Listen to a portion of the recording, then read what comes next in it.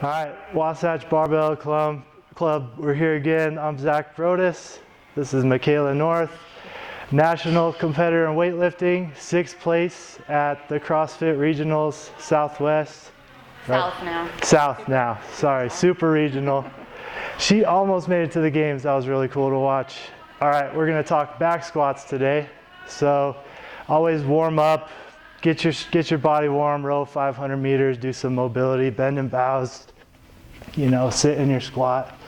Don't just walk up to the bar and start squatting unless you're like a teenager or something and you can handle that type of stuff. But proper warm up is important to avoid injuries. We're just gonna talk technique today and then a little mobility. Then I'm gonna tell a little story. So when you approach the bar, you wanna grip it. You wanna have the rack set up so that it's low enough that you have to squat it off the rack a little bit. Definitely don't wanna have to tippy toe it off the rack. Big breath in the belly to set up. And let's just talk about that for a second. When you breathe into your belly, you wanna fill it up with air and make that power belly come out. Your diaphragm, you wanna push out 360 degrees. So paradigm shift, ladies, power bellies are just as sexy as flat bellies. So, and then when you're wearing a belt too, I see so many people take the belt and they suck their guts in and they put on that belt as tight as possible. But really you want a big breath in and wrap the belt tight around that, and then you'll use that as your setup. If you suck in your gut and the belt's pushing it, your spine's gonna be more bendable.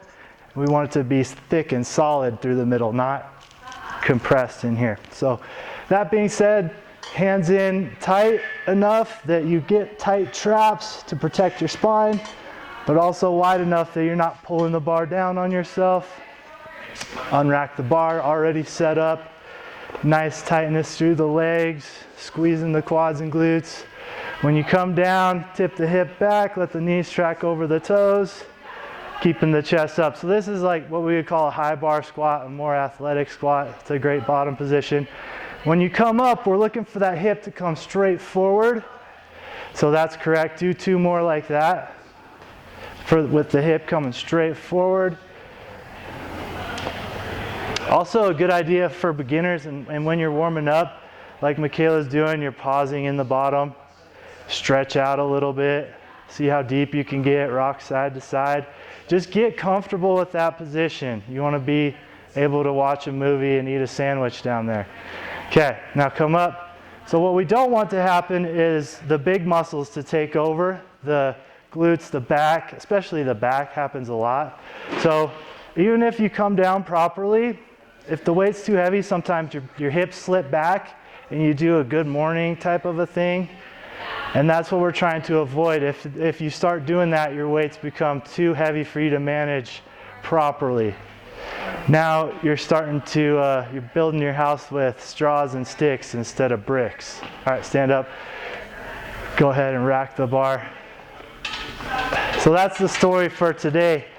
Everybody knows the 3 little pigs. One built their house out of straw, one built their house out of sticks, one out of bricks. And if every time you squat, you're putting another piece of building material on your house, you want them all to be bricks. So don't let your ego take over just because you can get 20 more pounds kind of with a little bit of a good morning type of emotion. You don't want to train yourself that way. You don't want to put a stick on your foundation. You want them all to be bricks. So keep that in mind with your weight increases, to have all your reps be solid, be bricks, or else the big bad wolf's gonna get you. All right, if you guys you wanna follow Michaela, she is Hungry Fitness at Instagram. Yeah, on Instagram. So follow her there. Is that all you wanna plug today? Yeah, these guys are awesome. Keep watching them. Okay. More information. That's it for today. Thanks for watching, guys. I hope that helps.